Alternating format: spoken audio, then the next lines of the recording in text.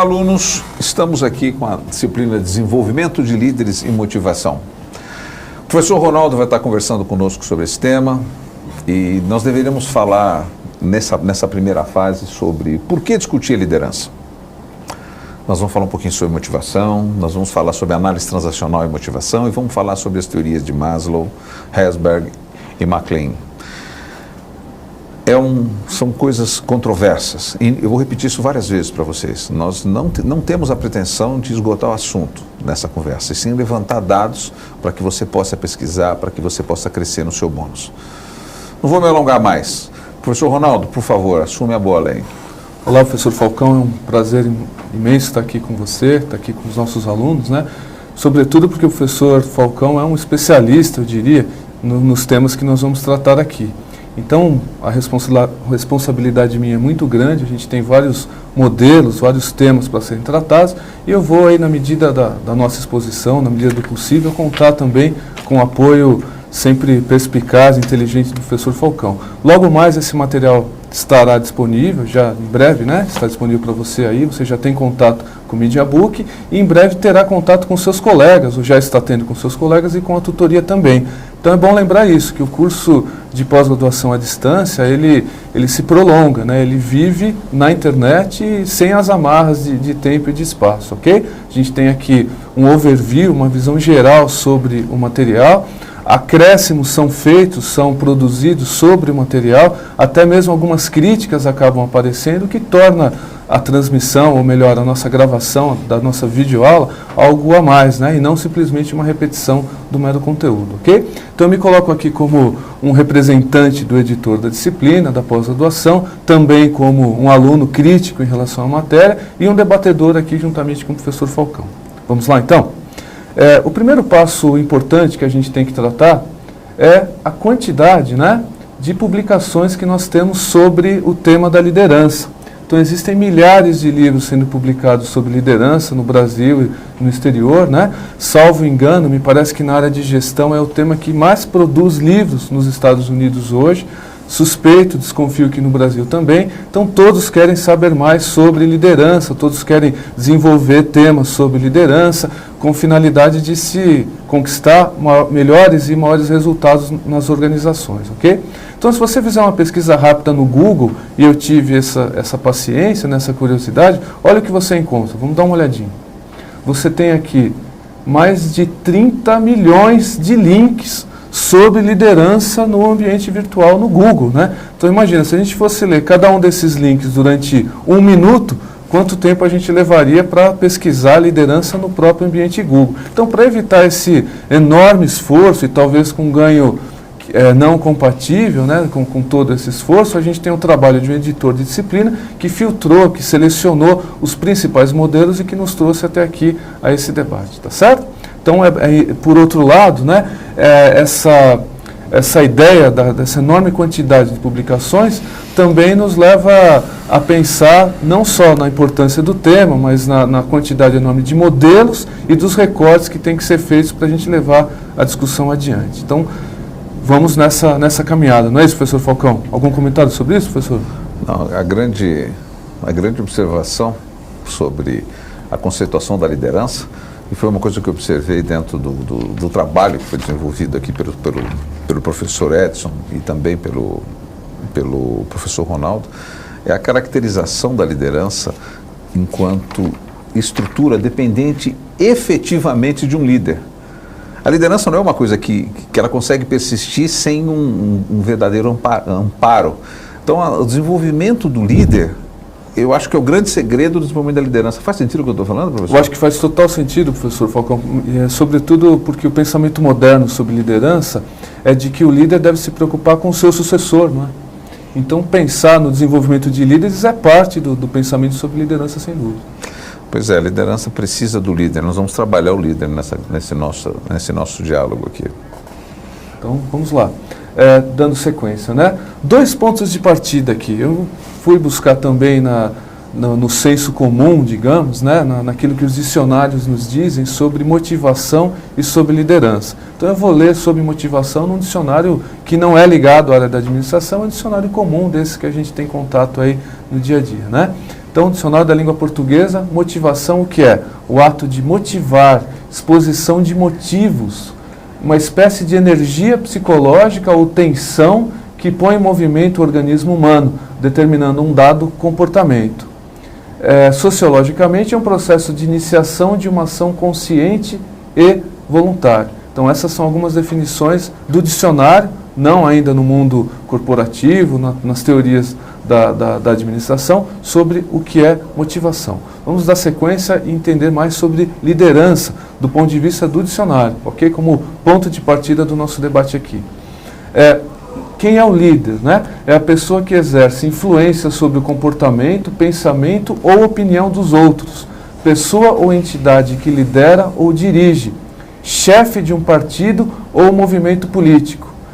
É quem ou o que lidera determinado setor de atividade ou uma competição. Professor Falcão, aqui nós já temos vários problemas, não é, professor Falcão, que são interessantes e que geram uma inquietação inicial para o nosso debate. Concorda? Não, sem dúvida. Começa pela característica da constituição do líder, uma pessoa que exerce influência sobre o comportamento, pensamento e opinião dos outros. E nós vamos discutir ao longo do nosso trabalho aqui, nós vamos estar discutindo o conceito da liderança, que toda vez que a gente pensa em liderança, a gente começa a imaginar comando, né? Linha de comando. Então a gente mistura linha de comando com linha de liderança. Nós vamos começar a discutir um pouquinho aqui as diferenças entre liderar, comandar, entre ser líder e ser chefe. Mas, de qualquer forma, imaginar essa questão de atividade e competição, toda vez que nós colocamos liderança também, nós imaginamos a característica da competição. E a competição, ela não é só dentro da competição é que nós desenvolvemos liderança. A liderança está vinculada a outros elementos operacionais, a elementos de motivação que às vezes não estão vinculados à competição. Eu acho que tem bastante tema para ser discutido aí dentro só desse primeiro vídeo. Vamos lá, perfeito, professor. E a ideia também, professor Falcão, é que aqui já começa a confusão entre chefe e líder, né, professor? Tão comum, né? Que a gente precisa, na própria definição, né? Chefe, competição, tudo isso aparece aí, tudo, né? Isso aparece, né? Então vamos na nossa sequência aqui. Então, qual o objetivo de liderar, né? Liderar é a habilidade de motivar e influenciar os liderados de forma ética e positiva para que contribuam voluntariamente e com entusiasmo para alcançarem os objetivos da equipe e da organização. Fica parecendo que todo líder é um líder ético, não é, professor? Então é muito interessante como o senso comum é cheio de armadilhas logo na saída do nosso bate-papo aqui. É isso mesmo, professor? Na hora que você pega uma definição como essa, que já aparece a palavra ética, parece que a gente excluiu um monte de líderes que hoje estariam eticamente inadequados, né? Vamos começar lá, Alexandre o Grande, Napoleão, Júlio César, mais perto da gente aqui, Hitler. É inquestionável a liderança dessas pessoas, é inquestionável a característica motivacional que essas pessoas implementavam em cima daqueles grupos as quais eles lideravam. Entretanto, se a gente falar que isso era uma coisa ética e positiva, hoje em dia passa a ser discutível, né? Exatamente. E a ideia de liderança, professor Falcão, parece que ela carrega uma certa vontade de que o líder seja ético, né? Na própria definição, o que muitas vezes não acontece, ou talvez na maior parte das vezes não aconteça, né? Esse é o tema aqui do nosso debate, então. Então você começa a ver como é difícil a gente sair do senso comum.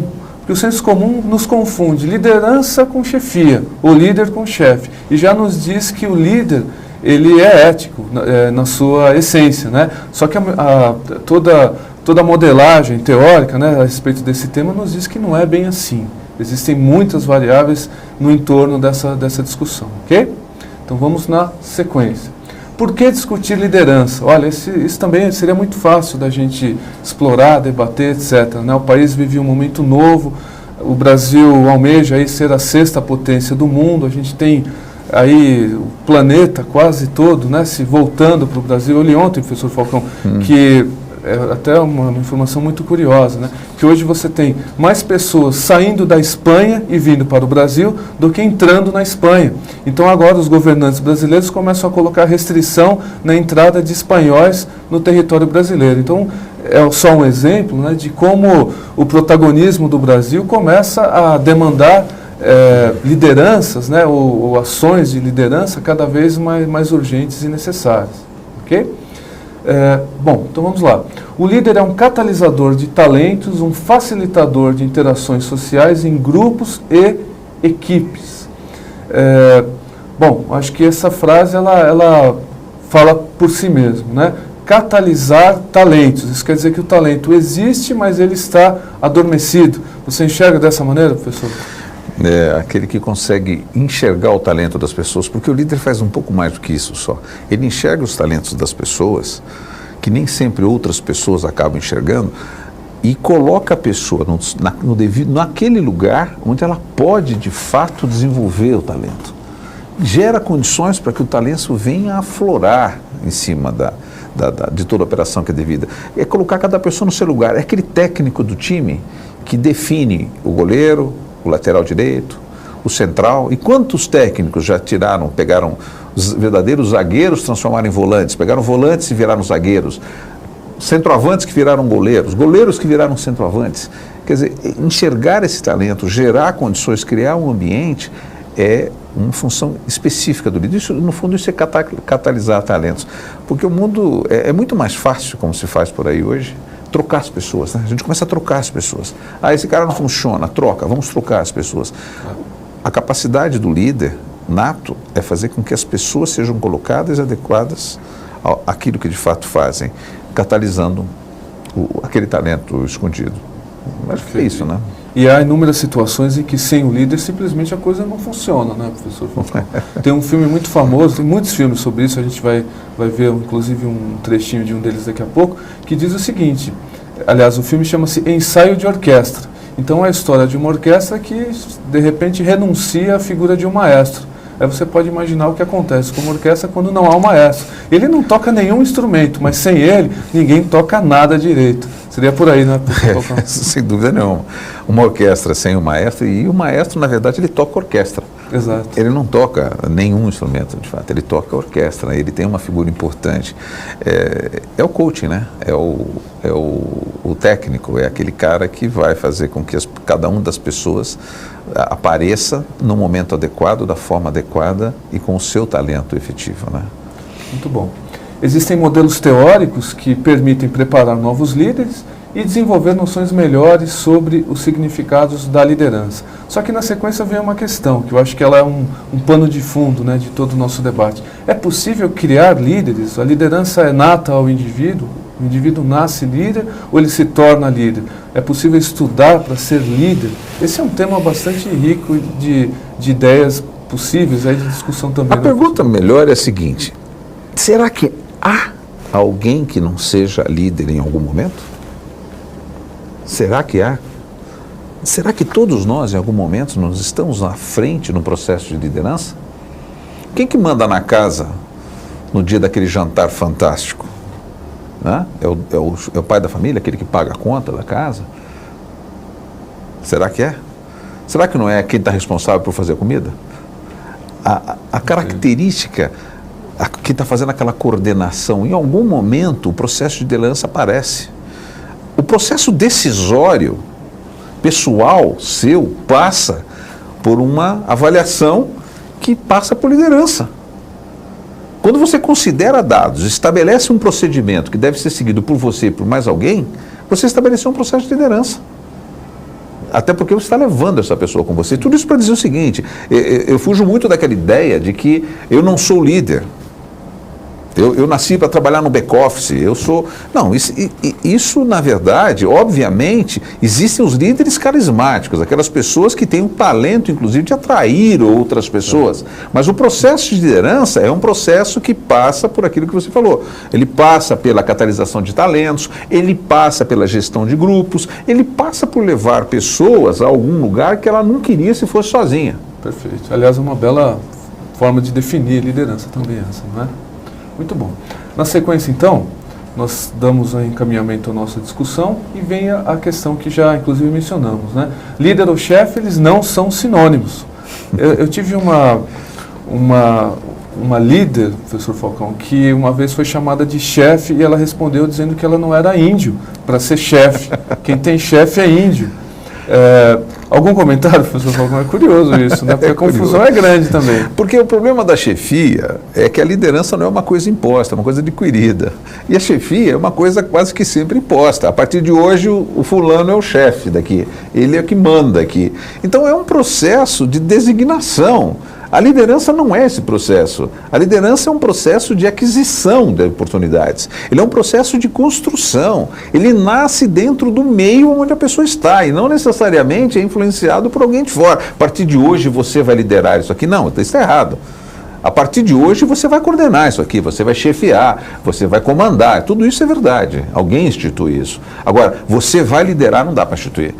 Aí não dá para instituir. Se alguém usar a palavra desta forma, ela estaria usando a palavra de uma forma errada. Mas eu não poderia dizer, professor, agora você lidera o meu projeto, você é o líder do projeto X. Sim, mas eu sou o chefe.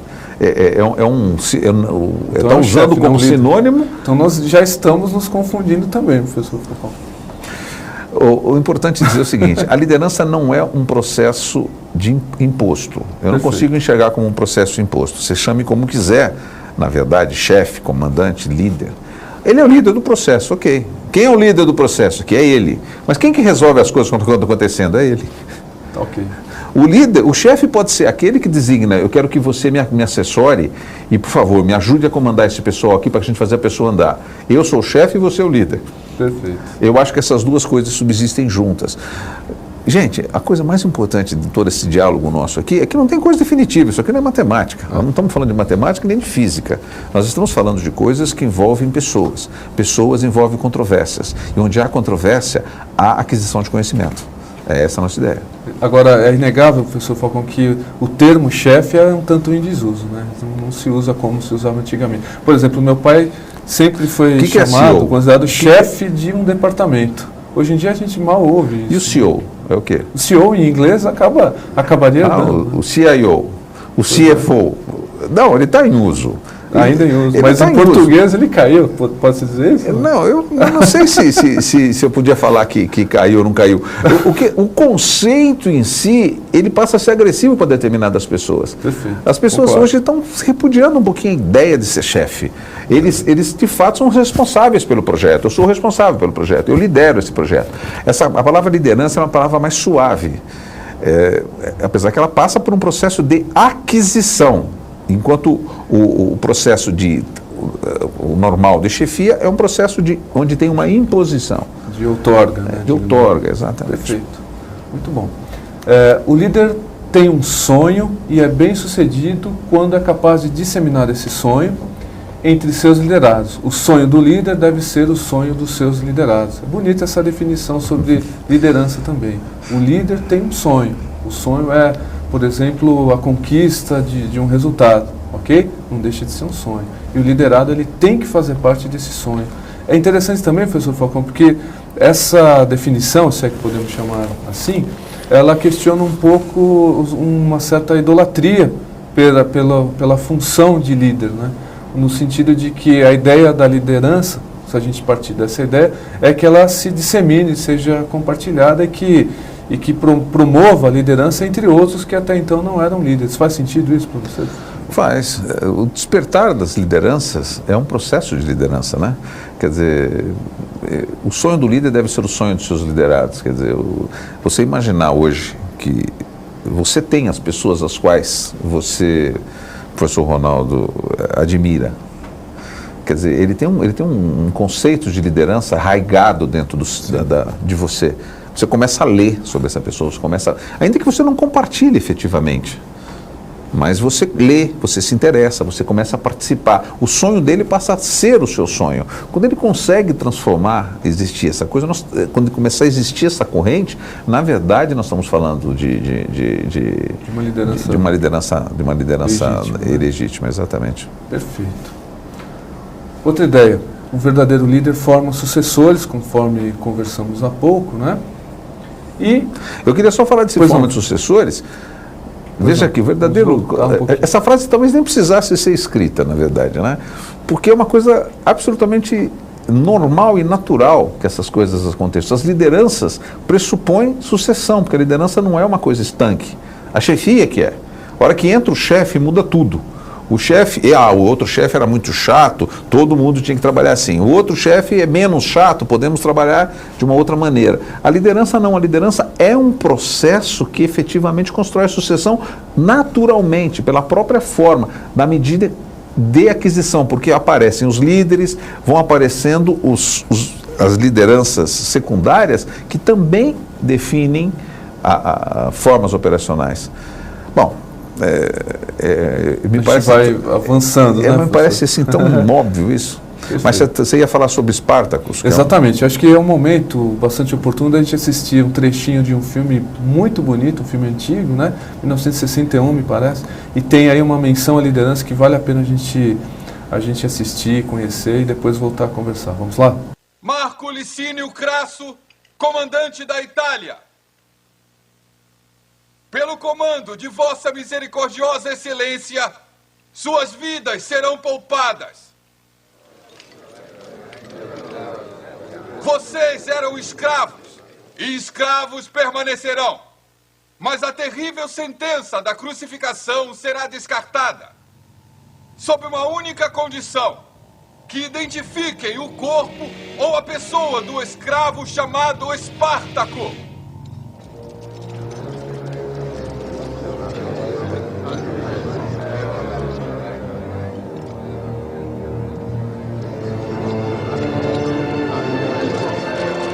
Eu sou Espartaco! Eu sou Espartaco! Eu sou Espartaco! Eu sou Espartaco! Eu sou Espartaco! Eu sou Espartaco! Eu sou Espartaco! Eu sou Espartaco! Eu sou Espartaco! Eu sou Espartaco!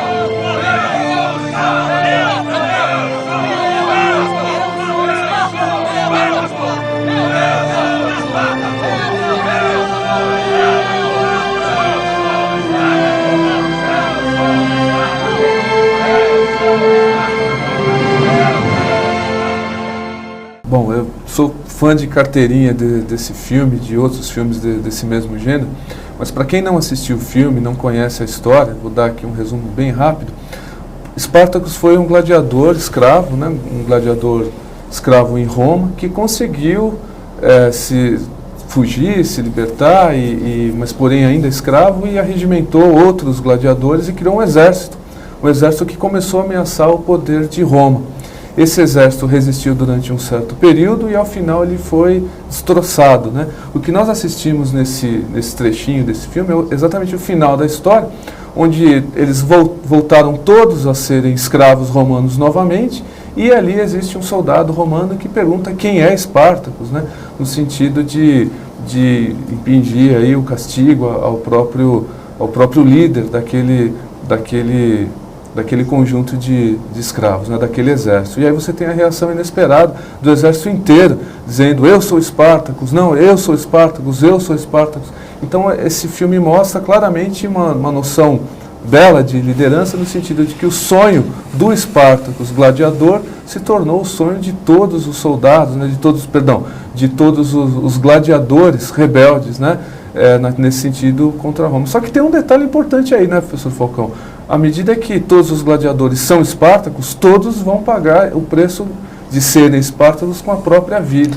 Então a liderança é maior do que a vida, professor Falcão? Pois é, e vem um detalhe, porque na verdade, só colocando acrescentando um pouquinho no que você falou sobre Espartacus, o general romano ali propõe que se apresente Espartacus, que Espartacus pagaria teoricamente por todos, os outros poderiam ter a vida poupada. Exatamente, é verdade. Ele teria a vida poupada. Só se Espartacus se apresentando, os outros seriam poupados. O que os outros apontassem quem era. E aquele primeiro que levantou é o Espartacus. Ele foi o primeiro. Ele aparece, ele fala: eu sou Espartacus. Mas na sequência, um segundo levantou: eu sou Espartacus. E todo mundo levantou falando que era Espartacus. Quer dizer, todo mundo se dispôs a morrer por Espartacus. Todo mundo. Na verdade, o sonho dele de derrotar Roma, ele conseguiu passar esse sonho para todos. Isso é realmente genial. A história conta muitos casos iguais a esse dentro dentro do processo da história, de todo o desenrolar da história. Muito bom. Bom, eu queria dizer a vocês que acho que essa primeira conversa nossa está se encerrando aqui nesse ponto.